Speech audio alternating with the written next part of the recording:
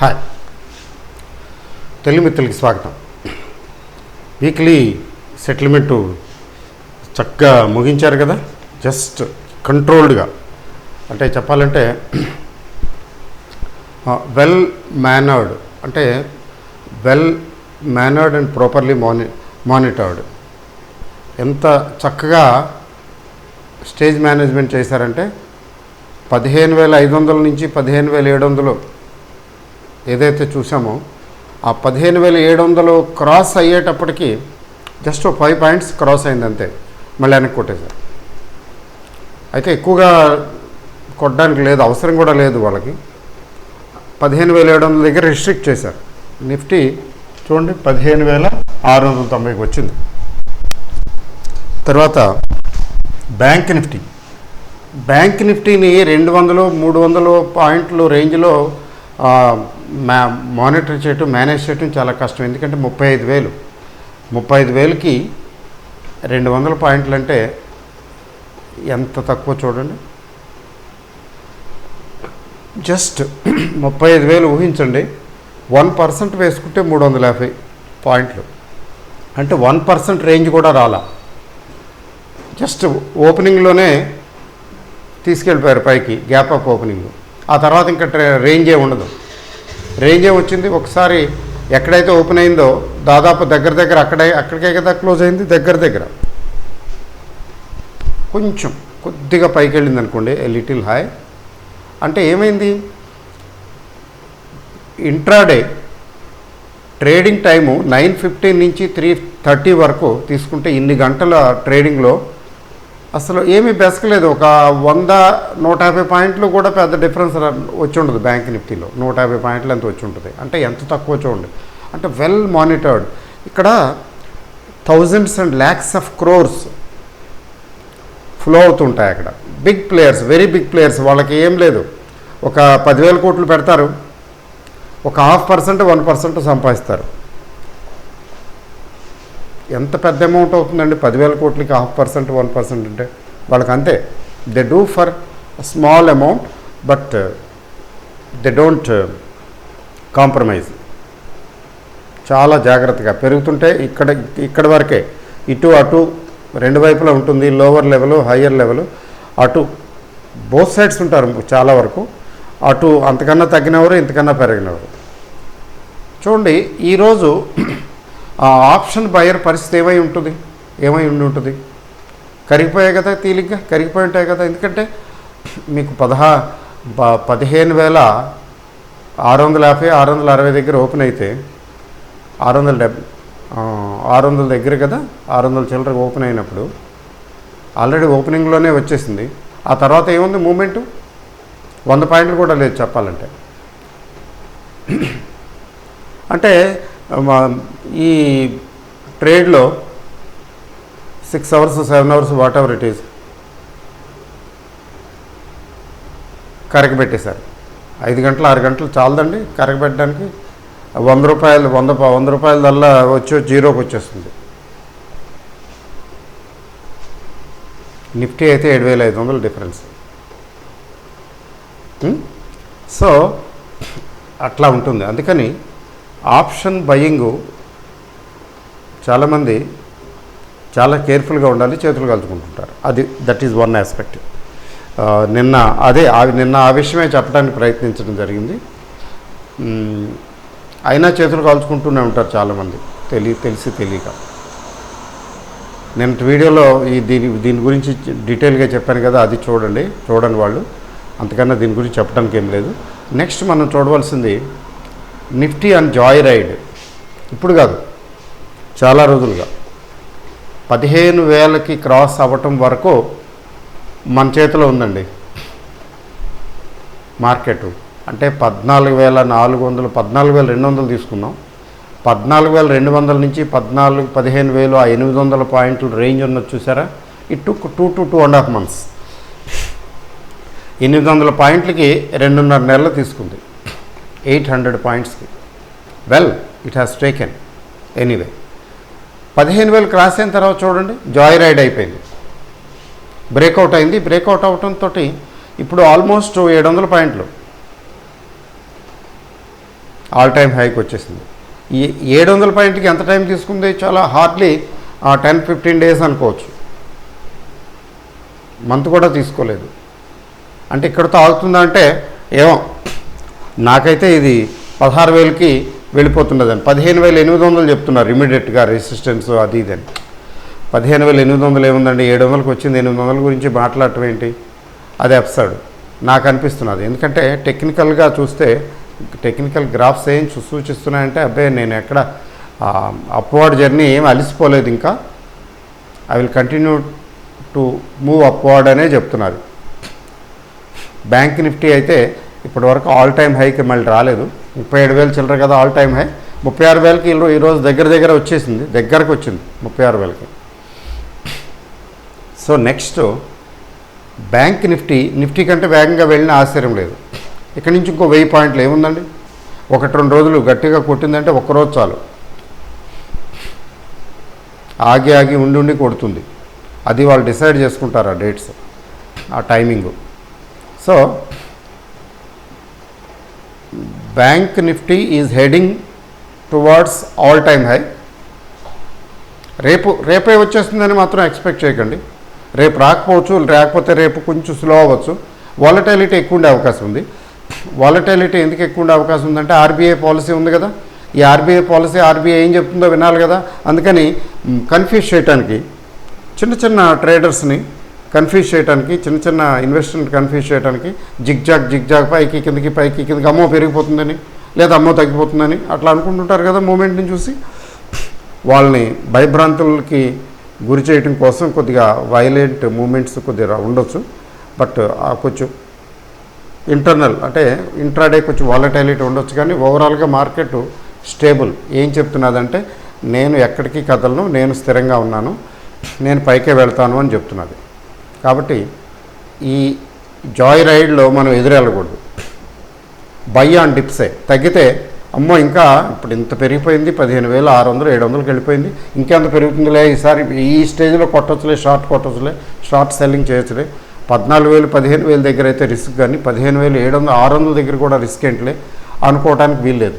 చూడటమే, కిందకు వచ్చినా చూడటమే. అయితే ఏంటంటే విశ్లేషకులు చెప్పటం ఏంటంటే బై ఆన్ డిప్స్ మోడ్లో ఉంది అని. ఇంకా అంటే కొద్దిగా తగ్గినట్టు అనిపిస్తే కొంచెం ట్రై చేయొచ్చు, కొనుక్కోవచ్చు అని. ఇది ట్రేడర్స్ గురించి మాట్లాడుతున్నాను. Investment is the different ball game. Investment గురించి చెప్పడం లేదు. ఇన్వెస్ట్మెంట్కి అయితే ఆ పర్టికులర్ స్టాక్ చూసుకోవాలి, ఆ స్టాకు పొజిషన్ చూసుకోవాలి, పొజిషనల్లో ఆ స్టాక్ తాలూకు సైకిల్ చూసుకోవాలి. ఆ సైకిల్ బట్టి రైజింగ్ మార్కెట్లోనూ కొన్ని కొనుక్కోవడానికి అనుకూలంగా ఉంటాయి, ఫాలింగ్ మార్కెట్లో కూడా కొనుక్కోవడానికి కొన్ని అనుకూలంగా ఉంటాయి. That is a different thing. ముఖ్యంగా ఐటీసీ గురించి అడుగుతున్నారు చాలామంది. నిన్న చెప్పిన దాన్ని రియాక్ట్ అయ్యి ఐటీసీ ఏంటంటే కొనుక్కోమంటారా, ఏ రేట్లో కొనుక్కోవాలి, అది చాలా కష్టం అనుకోండి చెప్పడం. అయితే ఓవరాల్గా తీసుకుంటే వెరీ లాంగ్ టర్మ్ పర్స్పెక్టివ్ లేదా లాంగ్ టర్మ్ పర్స్పెక్టివ్ తీసుకుంటే ఈ ఐటీసీ ఏ రేట్లోనైనా పర్లేదు కొనుక్కోవచ్చండి అట్లా చెప్పాలి. కానీ అంత లిబరల్గా నేను ఓవర్ స్ట్రెచ్చింగ్ స్టేట్మెంట్ ఇవ్వను. కానీ 200 and 202 రేంజ్ ఓకే అండి, ఆర్ బిలో. మరి దీని స్టాప్ లాసులు ఇదేమైనా ట్రేడింగ్, స్టాప్ లాసులకి కొనేయటం, చక్కగా ప్రశాంతంగా పెట్టి ట్రంక్ పెట్టిలో పెట్టుకొని పడుకోవటం. మా రోజుల్లో షేర్లు సర్టిఫికెట్లు ఉండేవి, సర్టిఫికెట్లు అన్నీ పెట్టిలో పెట్టి అట్లా పెట్టేవాళ్ళం. ఒక స్టేజ్లో ఇన్కమ్ ట్యాక్స్ రేట్లు అవుతాయని భయపెడితే అది 92లో అన్నీ నేను ఎక్కడో పైన అటక మీద పెట్టేశాను, పెట్టిలో పెట్టి. అసలు ఆ అటక మీదకి వెళ్ళటం కష్టం, తెలియని కూడా తెలియదు అక్కడ అట్లా ఉందని. అట్లా ఏంటి చేసేవాడిని అంతే, అట్లాగే ట్రంక్ పెట్టిలో పెట్టి మూత వేసినట్టుగా వేసేసి కూర్చోవటం. What happens one fine day ఏం పర్వాలేదు, ఎందుకంటే market is rising, market is in good shape. But ITC is not కదా. ఐటీసీ పార్టిసిపేట్ చేయలేకపోవడానికి దానికి ఉన్నటువంటి అంతర్గత అంతర్గత సమస్యలు, అంతర్గత అంటే మేనేజ్మెంట్ కాదు నా ఉద్దేశం, అంటే దాని వర్కింగ్లో ఉన్నటువంటి ఇబ్బందులు న్యాచురల్ బికాజ్ ఆఫ్ ఎకానమీ. ఈ ఎకనామిక్ సైకిల్లో ఈ ఎకనామిక్ సైకిల్ అనేటువంటి విషయస్ సర్కిల్లో ఇది victim. ITC is a victim, is one of the victims. కానీ once it picks up like anything. But ఏంటంటే మీరు ఆలోచించుకుని చూసుకుని సొంతంగా డెసిషన్ తీసుకోండి. నేను చెప్పానని మాత్రం మీరేమీ కొనటం అట్లాంటివి చేయకండి. Don't do that. Do it on your own if you feel convinced. So by on dips ఎందుకు అంటున్నాం అంటే ఇక్కడ మార్కెట్ కొంచెం తగ్గినట్టు మన స్ట్రైట్గా నిటారుగా వెళ్ళిపోతున్నది. నిటారుగా వెళ్ళిపోతున్నప్పుడు వెడ్జ్ ఫార్మేషన్ వచ్చింది, అక్కడి నుంచి రావాలి. Any time fall is possible. మళ్ళీ అక్కడ ఏంటంటే జస్ట్ హాల్ట్ అయింది. జస్ట్ హాల్ట్ అయ్యేటప్పటికి అంటే that fall is being postponed. అక్కడ పోస్ట్పోన్ అయిపోయింది. ఆ పోస్ట్పోన్ అయిపోయిన విషయం నిన్నే తెలిసిపోయింది కదా, నిన్నే అర్థమైంది కదా. చూసారా దాని పర్యవసానం ఈరోజు 114 పాయింట్లు పెరిగింది అవలేలుగా, అలవోకగా. సో నెక్స్ట్ స్టెప్ అంటే రేపు వొలటిలిటీ ఉన్నప్పటికి కూడా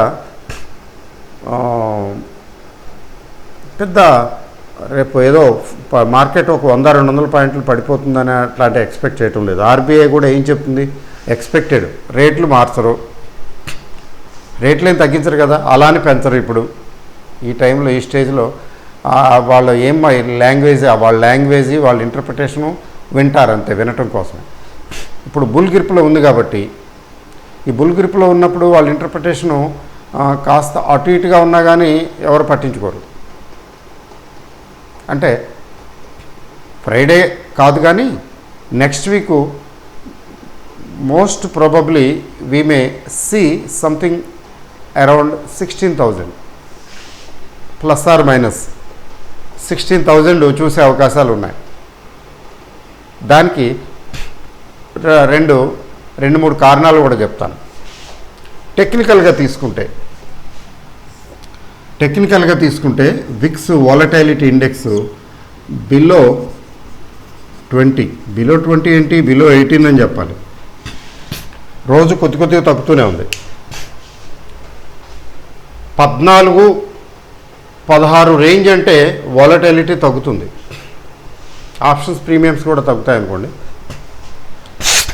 సో బిలో 18 ఇట్స్ ఓకే. చాలా కాలం తర్వాత 20కి తగ్గింది.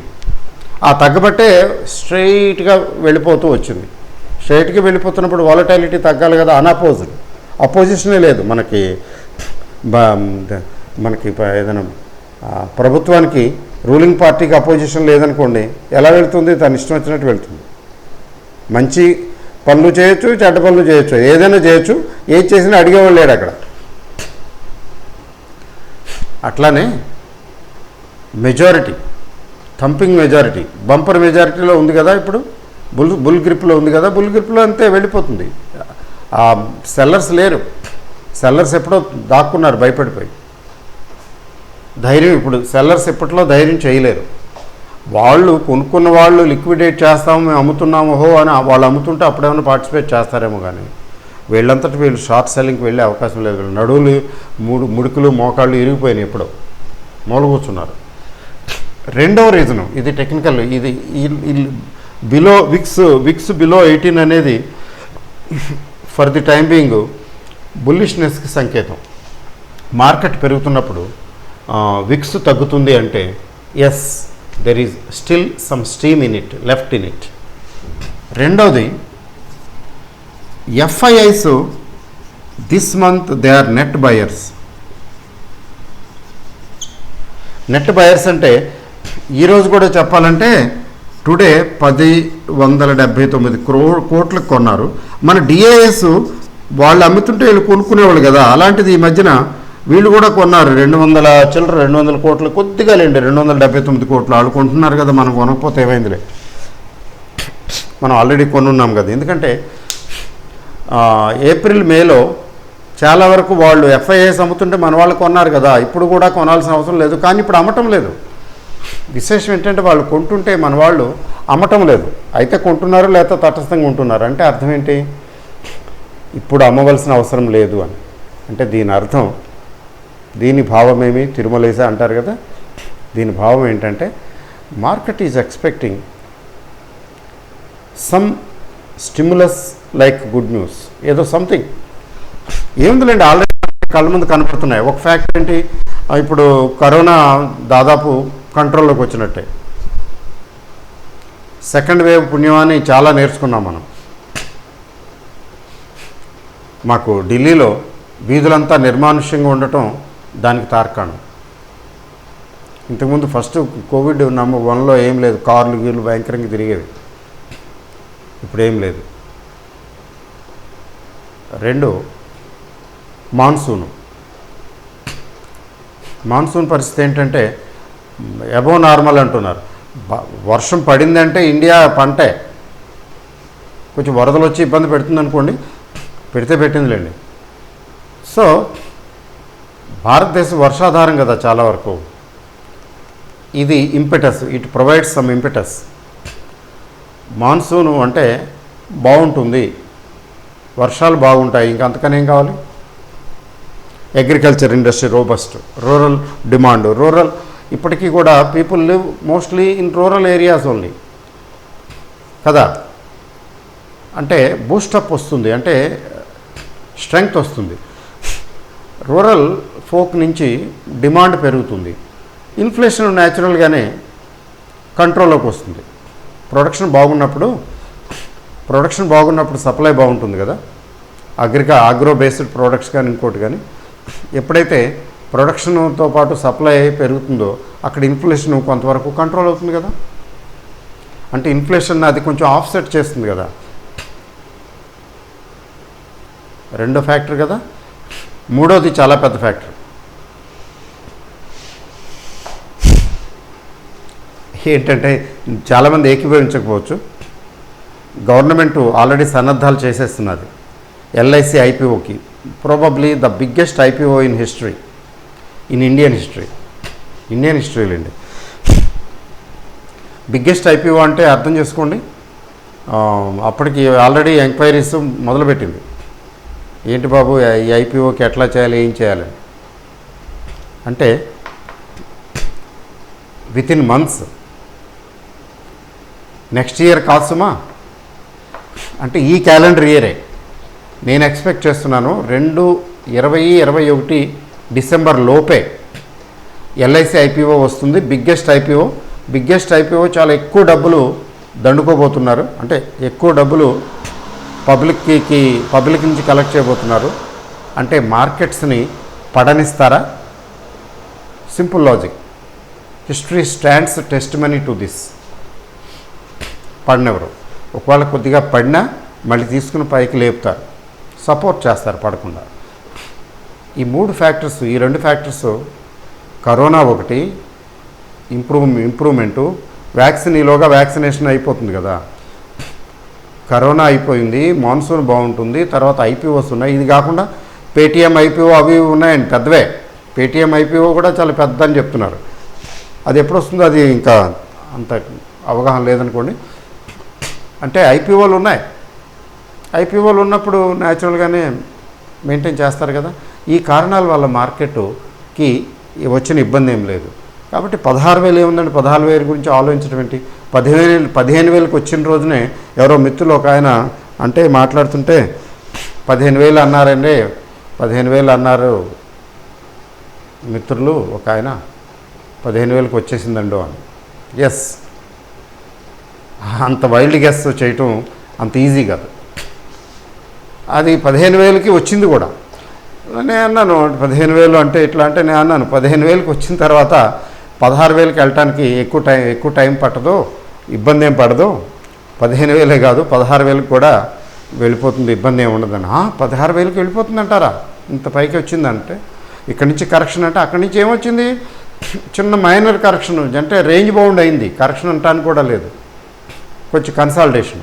14,200, 15,000, 14,200, 15,000 అట్టా కన్సల్టేషన్కి వచ్చి మళ్ళీ అందుకుంది. It took no time. So 16,000 అది పెద్ద విశేషమేం కాదు. అంటే ఈ ఫ్యాక్టర్స్ అన్నీ దృష్టిలో పెట్టుకుంటే 16,000 అనేది పెద్ద ఫిగర్లా అనిపించడం లేదు నాకు. ఎందుకంటే ఎందుకు దాని గురించి ఆలోచన, చాలా దగ్గరలో ఉన్నాం మనం, జస్ట్ 300 పాయింట్స్. ఈలోగా bank Nifty at least all time హైకి వెళ్ళిపోతుంది. అక్కడి నుంచి క్రాస్ అయినా అవ్వకపోయినా. అంటే ఇప్పుడు బ్యాంక్ నిఫ్టీలో స్పీడ్ ఎక్కువ వచ్చే అవకాశం ఉంది. నిఫ్టీ కంటే కూడా బ్యాంక్ నిఫ్టీలో స్పీడ్ వచ్చే అవకాశం ఉంది. ఏది అప్వర్డ్ సర్జ్లో, ఎందుకంటే దాని ఆల్ టైమ్ హైకి తీసుకెళ్ళాలి కదా. They complete what they start. కాబట్టి బ్యాంక్ నిఫ్టీలో ఇక నుంచి కొంచెం నిఫ్టీ కంటే ఎక్కువ స్పీడ్ వచ్చినా ఆశ్చర్యం లేదు.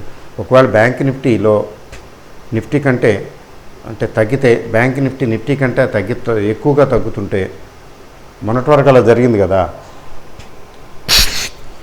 దట్స్ ఎ బయింగ్ ఆపర్చునిటీ అని అర్థం చేసుకోవాలి. సో అందువల్ల ఏంటంటే ఈ ఫ్యాక్టర్స్ వల్ల మార్కెట్ జాయ్ రైడ్లో ఉన్నట్టే లెక్క. Substantiated why market is on joy ride అంటే టైం అలా కలిసి వచ్చింది, వెళుతున్నది. We should all feel happy, jubilant, we should rejoice it. ఎందుకు అంటే మార్కెట్లు పెరుగుతుంటే మంచిదిగా, మన వాల్యుయేషన్స్ పెరుగుతున్నాయి, మన స్టాక్స్ మన దగ్గర ఉన్నటువంటివి పెరుగుతున్నాయి. మరో విడత ఈ మధ్యలో పార్షియల్ ప్రాఫిట్ బుక్ చేసుకోవడానికి పెద్ద అవకాశం రాలేదు, ఎందుకంటే పెద్దగా పెరగలేదండి. మిడ్ క్యాప్ స్మాల్ క్యాప్ కూడా అట్లా ఉన్నాయి, అంతకేం పెరగలేదు. మరొకసారి అవకాశం వస్తుంది, పెరిగితే మిడ్ క్యాప్ స్మాల్ క్యాప్ కొంచెం పికప్ అయ్యాయి అనుకోండి, మళ్ళీ కొంచెం ఒక 10-20% మళ్ళీ ప్రాఫిట్ బుక్ చేసుకోవటమే. 100% అలా పెట్టి కూర్చోకూడదు. యుఫోరియా లాంటిది, small euphoria is enough to book profits to the extent of 10-20%. అది స్ట్రాటజీ. అప్పుడేంటి, క్యాష్ వస్తుంది మన చేతికి, కొంచెం లిక్విడిటీ. ముఖ్యంగా లిక్విడిటీ తక్కువ ఉన్నవాళ్ళు ఖచ్చితంగా చేయాలి ఈ పని. బాగా సఫిషియెంట్ మనీ ఉంది, అసలు దీని గురించి ఆలోచించాల్సిన పనే లేదులేండి. ఇంకా తగ్గితే పెట్టడానికి నా దగ్గర చాలా డబ్బులు ఉన్నాయి, అట్లా డబ్బులు ఉన్నాయని అనుకునే వాళ్ళైతే ఆ ప్రాఫిట్ బుకింగ్ కూడా పెద్ద అవసరం లేదు. Otherwise better to book profit. ఈ చిన్న యుఫోరియా వస్తుంది కదా, నెక్స్ట్ వీకో అప్పుడు కొన్ని మిడ్ క్యాప్ స్మాల్ క్యాప్లు కూడా మన దగ్గర ఉన్న వాటిలో మరింత పెరుగుతాయి కొద్దిగా. దానికోసం వెయిట్ చేయటం. ఇదే అండి ఈనాటి సమాచారం. రేపటి సంగతి రేపేమవుతుందో మనకేం తెలియదు, కానీ సింగపూర్ నిఫ్టీ స్లైట్గా చాలా తక్కువ, ఒక 0.5%, ఒక 30-40 పాయింట్లు డౌన్ చూపిస్తుంది నేను చూసినప్పుడు. తర్వాత అమెరికన్ మార్కెట్స్ నెగిటివ్గా ఓపెన్ అయ్యాయి. అంటే అక్కడ కొంచెం దే ఆర్ వెయిటింగ్ ఫర్ ఈ స్టిమ్యులస్లు, బ్యాంకు సెంట్రల్ బ్యాంక్ తాలూకు వీటి గురించి వెయిట్ చేస్తూ కొంచెం సబ్డ్యూడ్గా ఉంది. చాలా రోజులుగా సబ్డ్యూడ్గా ఉందిలేండి అమెరికన్ మార్కెట్. 13,500, 14,000 మధ్యనే, 13,200 కూడా వెళ్ళింది. 13,000, 14,000 మధ్యన అక్కడక్కడే ఊగిసలాడుతుంది. కానీ మన ఇండియన్ మార్కెట్లు మాత్రం నిర్భయంగా పైకే వెళ్ళాయి. యూరోపియన్ మార్కెట్స్ కూడా ఏమీ పెరగటం లేదు, తగ్గటం లేదు, అట్లా అక్కడక్కడే తాత్సారం చేస్తున్నాయి. ఈ మధ్యకాలంలో మన ఇండియన్ మార్కెటే బాగా అన్నిటికంటే ఊపందుకుంది. ఇది జర్మన్ మార్కెట్ 15,000 చిల్లర కదా, దాన్ని కూడా క్రాస్ చేసేసింది. Almost equal or little higher than German market. మరి ఇంకా ఒక్కటే ఉంది తైవాన్ ఆ మధ్యన బాగా తగ్గి రికవర్ అయిందనుకోండి. సో జర్మన్ మార్కెట్ రేంజ్కి వచ్చాం. నాకు బాగా గుర్తు 2009, 2012 ఆ మధ్యలో నేను కంపేర్ చేసేవాడిని, చూస్తుండేవాడిని. 5,000, 8,000 మధ్యలో, 7,000 అట్లా ఉండేది. 6,000, 7,000 దగ్గరలో ఉండేది. ఐ బిలీవ్ ఏది యూకే మార్కెట్, యునైటెడ్ కింగ్డమ్. మనది 5,000, 6,000 రేంజ్లో ఉండేది. 5,000, 6,000 అట్లా. అంటే మనకంటే 1,000 పాయింట్లు ఎంతో పైన ఉండేది, 1,000, 1,200, 1,500 పాయింట్లు. నేను అనుకుంటూ ఉండేవాడిని, ఈ యూకే మార్కెట్ని ఎప్పుడన్నా మన మార్కెట్ క్రాస్ చేస్తుందో, ఎప్పటిలోగా చేస్తుంది అని. చూస్తూ ఉండగానే మరి అది పెరుగుతూ కొద్ది పెరుగుతూ తగ్గుతూ వచ్చాయి. మోదీ గారు వచ్చే టైంకల్లా అప్పటికే క్రాస్ చేసేసింది. 2014 కదా, క్రాస్ చేసేసి ఏదో MACD క్రాస్ ఓవర్ లాగా క్రాస్ చేసేసి మనం పైకి వచ్చాం. ఆ పైకి ఎంత వచ్చామంటే ఇవాళ కూడా 7,000 దగ్గర ఎంత ఉన్నట్టుంది. I don't think it is above 7,000 FTSE కదా. ఇంగ్లాండ్ మార్కెట్ ఇప్పటికి కూడా 7,000 రేంజ్లోనే ఉంది. We're double. చూడండి, see the power of emerging markets. Developing country కదా ఇండియా, ఎమర్జింగ్ మార్కెట్స్కి ఉన్న స్ట్రెంగ్త్ ఎంత. సో ఇది డబుల్ అయిపోయింది. యూకే అక్కడే ఉంది, దానికన్నా డబుల్ అయిపోయింది. క్రాస్ అవటమే కాదు, డబుల్. ఇది మనకి దగ్గరలో ఎవరున్నారు బీట్ చేయడానికంటే 5 ట్రిలియన్ ఇండియన్ ఎకానమీ అంటున్నారు కదా. త్వరలో మనం ఈ యూకే మార్కెట్ని, యూకే ఎకానమీని, మార్కెట్ని కాదు యూకే ఎకానమీని క్రాస్ చేసేస్తాం. And then France and Canada. మనకి దగ్గరలో ఉన్నవి యూకే, ఫ్రాన్స్ అండ్ కెనడా. ఈ మూడింటిని అధిగమించేసి ముందుకెళ్ళిపోతాం మనం. ఎక్కువ టైం పట్టకపోవచ్చు, 2-3 ఏళ్లలో. నెక్స్ట్ ఇంకేముంటాయంటే పెద్దవాళ్ళు ఉన్నారులేండి. ఇంకా అక్కడ ఉన్న వాళ్ళంతా పెద్దవాళ్ళే. ఎవరంటే జపాను, చైనా, అమెరికా. అమెరికా అయితే జాయింట్ అనుకోండి, ఇప్పట్లో దాని గురించి ఆలోచించలేము మనం. చైనా గురించి కూడా ఆలోచించలేము ఇంత తొందరగా. నెక్స్ట్ టార్గెట్ మనకి జపాన్ అవుతుంది. జపాన్ చాలా స్ట్రాంగ్ అండ్ వైబ్రెంట్ ఎకానమీ అనుకోండి. ఈ నెవర్దిలెస్, ఎందుకంటే అక్కడ మనకున్న గ్రోత్, మనకు వచ్చే గ్రోత్కి పోలిస్తే జపాన్ గ్రోత్ ఎక్కడ ఉంటుంది, తట్టుకోలేదు. It may not withstand. ఆ రోజులు ఎప్పుడు వస్తాయో మనం చూస్తూ ఉండగా వస్తే will be happy. At least economically బాగుంటుంది కదా. At least for the time being మన ముందు ఉన్న ఎజెండా ఏంటంటే యూకే, ఫ్రాన్స్ అండ్ కెనడాని అధిగమించాలి కదా. ఆ తర్వాత కదా ఏషియాకి వస్తాం. ముందు యూరప్ని కొట్టేయాలి. యూరప్, నార్త్ అమెరికా కొంత పార్ట్ కొట్టేసిన తర్వాత అప్పుడు వస్తాం. We'll come back to Asia. మనకి పక్కనే ఉన్నారు కదా పెద్దోళ్ళు, జపాన్ ఉంది, అంతకన్నా పెద్దది చైనా ఉంది. అప్పుడు చూడాలి తీరిగ్గా. We can do it. I'm confident. నేను చూడగలుగుతానో లేదో నాకు తెలియదు, కానీ మీలో చాలామంది చూడగలుగుతారు.